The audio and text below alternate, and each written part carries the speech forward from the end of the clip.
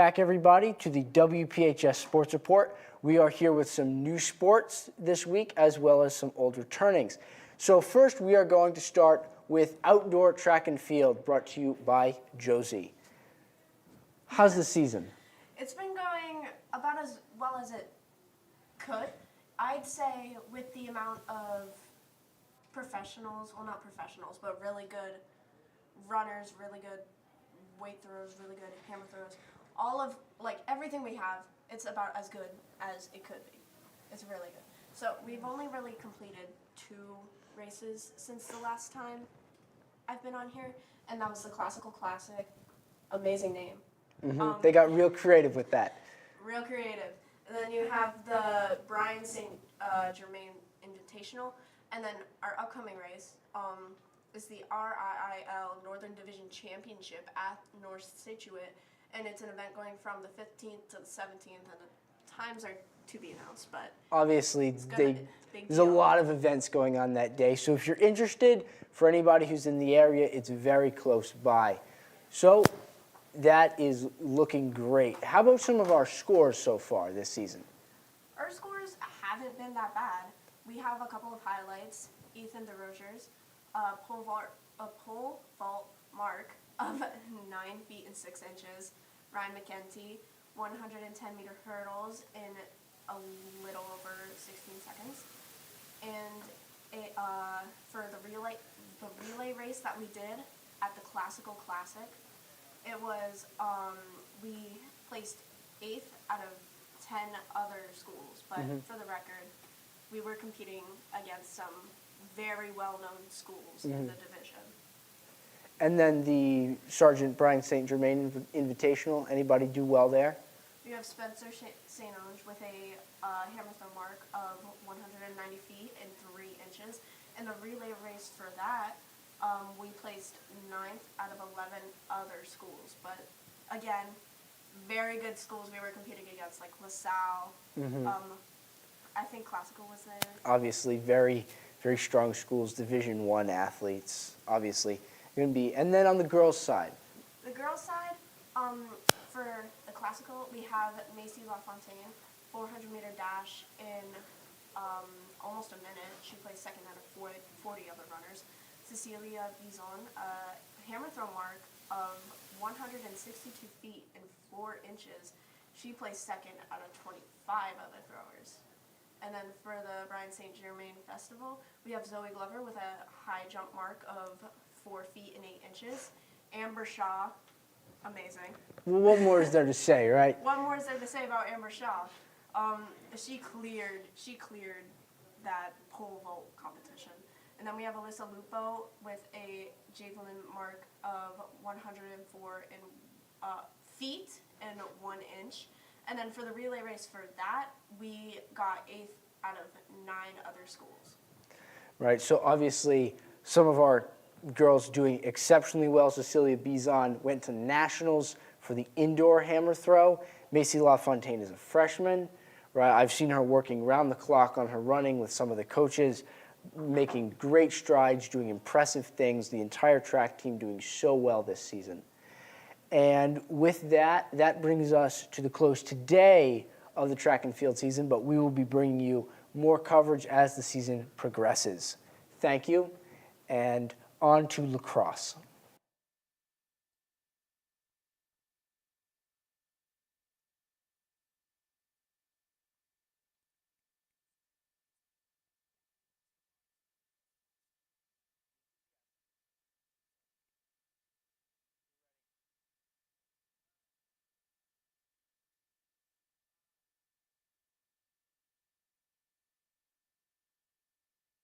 Hello, everybody. We are here with Avery Rube, who is going to be covering girls lacrosse. As I understand, you're also a goalie on the team? Yep. So you've got some very first-hand information for us, of course. Yeah. Talk to us a little bit about the season. Okay, so it was going okay-ish. These past few weeks have been pretty rough, as you can see from the scores. Our most recent game against East Providence, it was close. I think a lot of us we've just been really tired lately from the season, I guess, waiting for it to be over. So we didn't play our best, but we still did really good though. And Cranston East was, I don't know, it was a really fun game to play. Yeah. This happens, right? You come down the stretch. This happens in a lot of sports. Everybody gets to like a funk phase. Everybody's struggling a bit, but I trust that you guys will fight your way out of it, and I'm looking forward to seeing how the rest of the season progresses as you guys get closer to the playoffs. Yeah. And then I see quite a collage of photos here, right? Lots of players. Were any of these done by the Rube family? Yep. A majority of them were done by by Eric Rube himself. Well, they all look very stunning. And now, how about you shout out some of these players, right? Unfortunately, I was not able to get a photo of Emily Rocchio, and these are not the best photos I have of people. I am so sorry. So first I'm going to start with Kaylee. She is a defender on JV, but she'll occasionally play varsity. She is probably one of my best defenders.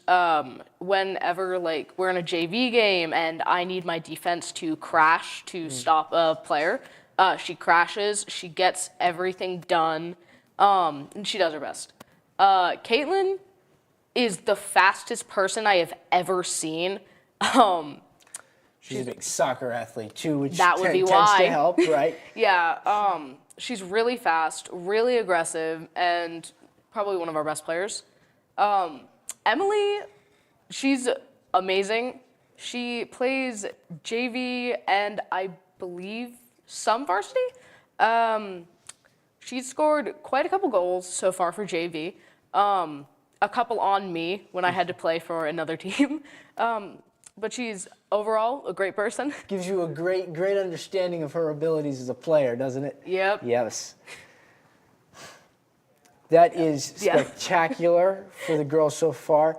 Caitlin Damiano will also be playing, I believe, college soccer at Rhode Island College. But obviously she's having a great season with girls lacrosse as well. We wish you the best of luck as you try to figure it out here in the end of the season. And we are coming to you now with softball.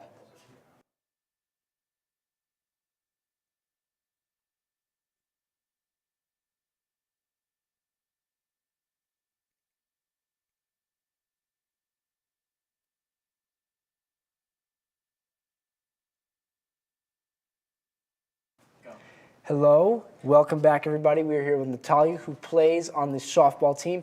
I never understood the softball. It's very hard. I don't get it. But what can you tell us about the season so far? So we've started off pretty rocky with the season. You know, we lost a couple games, but then we got right back into it. We have been going against some D1 teams, which isn't really ideal because we are D2, but we went against most likely 5 or 6 D1 teams, and we did beat some of them. But our close games that we've had so far was earlier in the season, which was April 4th. We lost 2-4 North Kingston, and they are D1. And then same thing, East Greenwich 4-7, we lost, and they're also D1. And then a little into the mid-season, we went against Johnson High School, and they were D2. We lost 0-4, but we did have a comeback in that recently, and we did win 5-3. So that was very nice. And then we're going against Lincoln soon, but previously we did lose to them 0-2, which isn't really that bad because we did hold them. A lot of other teams have really just been blown out by Lincoln because they are undefeated right now as D2. They're one of the higher ranked teams. So hopefully we can have a comeback on them tomorrow. And then our last close game that we had was also recently. The score was 6-7 against Moses Brown, and they are D1. Pretty good team, but we could have had them. Just wasn't our best game. I understand, right? Tough season. Last year, the year before, you guys were D1. Struggled a bit against teams in D1. Obviously, though, based on some of your scores, having much more success here in D2. Yeah. Some of our great games that we've had recently was April 8th. Earlier in the season, we won 20-8 versus Woonsocket. And then April 13th, we won 6-3 versus Barrington. And April 28th was 14-1 versus South Kingston, and that's a very good game because they were also hard. And then again, we had our comeback against Johnston, 5-3, and that was beyond great because that is my hometown. So I was very happy to come back and defeat them. And then recently, we won 18-0 versus North Providence, which was very great. You know, we just shut them right out. And then yesterday, we won 8-7 versus West Warwick Tollgate Co-op, which was a very hard game, but we did just stick it out for everyone. That's wonderful. It's good to see you guys having some success. And now what about your upcoming games? So the season is closing as of right now, but we do have a good 4 games coming up against some pretty tough teams. Some are D1, some are D2, but they're all just pretty much in the playoffs right now. So we're going against Lincoln tomorrow. That's going to be a hard game. It's at Ponaganset. So we're just going to try and really just get them. Mm-hmm. And then on the 16th, which is this Saturday at 11, we're going to be going against Smithfield, which is a D1 team. So we really have to focus and just lock in for that game. And then we're going against Scituate, 4:30 on May 18th, which I don't really know. I'm pretty sure they're D2, so maybe we could get that win. I'd appreciate if you beat Scituate. A bit of a local rivalry. We don't like Scituate very much, so good luck against them. Thank you. And May 19th, we're going against Tollgate West Warwick Co-op again, so we should probably just get them again. That would be great. And as of right now, we are ranked number 6 or number 9 in D2 Rhode Island softball. And that's very great because, again, it did start out very rocky, but we just really locked in and got a lot of current wins against very hard teams.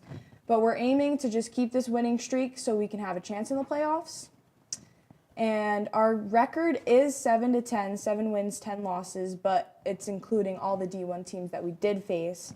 So it doesn't really count that much. So if we're subtracting the D1 teams, we've really only had about 5 losses, which is amazing.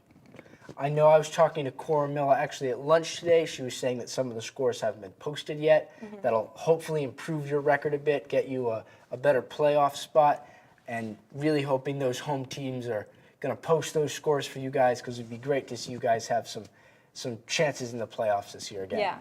And then what about your team? What can you say about them? So our team, again, of course, we're doing great so far, but we don't have too many upperclassmen. We have our junior, Mia Duncan, she's the catcher, and then our senior, Cora Miller, which is left field. They're both doing amazing this season. Mia actually got a home run yesterday, which was amazing. It was very far over the fence, which is very great for her.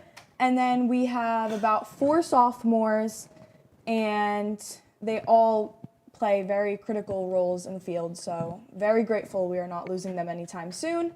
One of our sophomores, Ella McKenney, did hit a home run the other day as well against North Providence, and that was a bomb. So congratulations to Ella.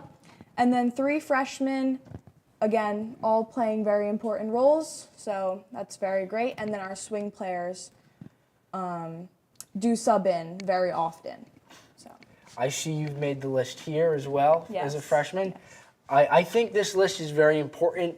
Right, last year there was one Maya Salvo who went on to play D1 softball at Marist. Yes. Right, so you've got a lot of young talent here, right? You guys are going to be critical in building up the program, right? With only 1 junior, 1 senior, that base of sophomore and freshman is very important, not just in softball, but in all sports. Yes. So it's very good to see you guys having some success this year. I know last year was a struggle. I heard a lot about it.